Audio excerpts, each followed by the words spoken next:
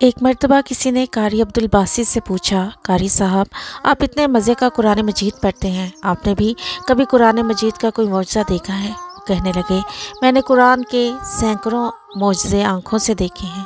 انہوں نے کہا، کوئی ایک تو سنا دیجئے۔ تو یہ واقعہ انہوں نے خود سنایا۔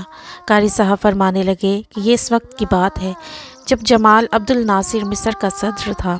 اس نے رشیا روس کا سرکاری دورہ کیا۔ وہاں کمیونسٹ حکومت تھی۔ اس وقت کمیونزم کا طوطی بولتا تھا۔ دنیا اس سرخ انقلاب سے گھبراتی تھی۔ جمال عبد الناصر ماسکو پہنچا۔ اس نے وہاں جا کر اپنے ملکی امور کے بارے میں کچھ ملاقاتیں کی۔ ملاقاتوں کے بعد انہوں نے تھوڑا سا وقت تبادلہ خیالات کے لیے رکھا ہوا تھا۔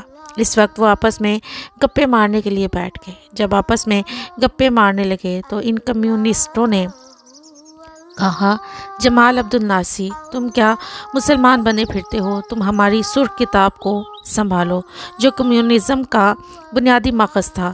تم بھی کمیونسٹ بن جاؤ۔ ہم تمہارے ملک میں ٹیکنالوجی کو روشناس کرا دیں گے۔ تمہارے ملک میں سائنسی ترقی بھی بہت زیادہ ہو جائے گی اور تم دنیا کے ترقی یافتہ ملکوں میں شمار ہو جاؤ گے۔ اسلام کو چھوڑ دو اور کمیونزم اپنا لو۔ جمال عبد الناصر نے انہیں اس کا جواب دیا تو صحیح، مگر دل کو تسلی نہ ہوئی۔ اتنے میں وقت ختم ہو گیا اور واپس آ گیا، مگر دل میں کسک باقی رہ گئی کہ نہیں، مجھے اسلام کی حقانیت کو اور بھی زیادہ واضح کرنا چاہیے تھا۔ جتنا مجھ پر حق بنتا تھا میں اتنا نہیں کر سکا۔ 2 سال کے بعد جمال عبد الناصر کو ایک مرتبہ پھر رشیا جانے کا موقع ملا۔ قاری صاحب فرماتے ہیں کہ مجھے صدر کی طرف سے لیٹر ملا کہ آپ کو تیاری کرنی ہے اور میرے ساتھ ماسکو جانا ہے۔ کہنے لگے، میں بڑا حیران ہوا کہ قاری عبدالباسط کی تو ضرورت پڑے سعودی عرب میں، عرب امارات میں، پاکستان میں جہاں مسلمان بستے ہیں، ماسکو اور رشیا جہاں خدا سے بیزار لوگ موجود ہیں، دین سے بیزار لوگ موجود ہیں، وہاں قاری عبدالباسط کی کیا ضرورت پڑ گئی؟ خیر، تیاری کی اور میں صدر صاحب کے ہمراہ وہاں پہنچا۔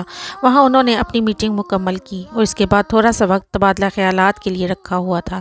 فرمانے لگے کہ اس مرتبہ جمال عبد الناصر نے ہمت سے کام لیا اور ان سے کہا کہ یہ میرے ساتھی ہیں جو آپ کے سامنے کچھ پڑھیں گے، آپ سنیے گا۔ وہ سمجھ نہ پائے کہ یہ کیا پڑھے گا۔ وہ پوچھنے لگے کہ یہ کیا پڑھے گا۔ وہ کہنے لگے، یہ قرآن پڑھے گا۔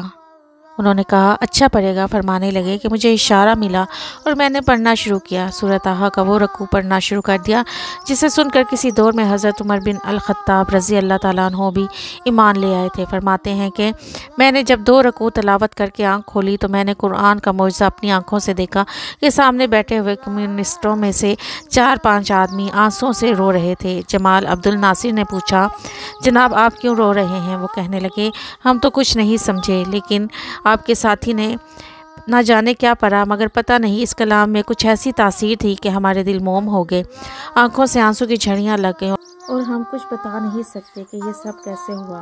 سبحان اللہ، جو قرآن کو مانتے نہیں، قرآن کو جانتے نہیں، اگر وہ بھی قرآن سنتے ہیں تو اللہ تعالیٰ ان کے دلوں میں بھی تاثیر پیدا کر دیا کرتے ہیں۔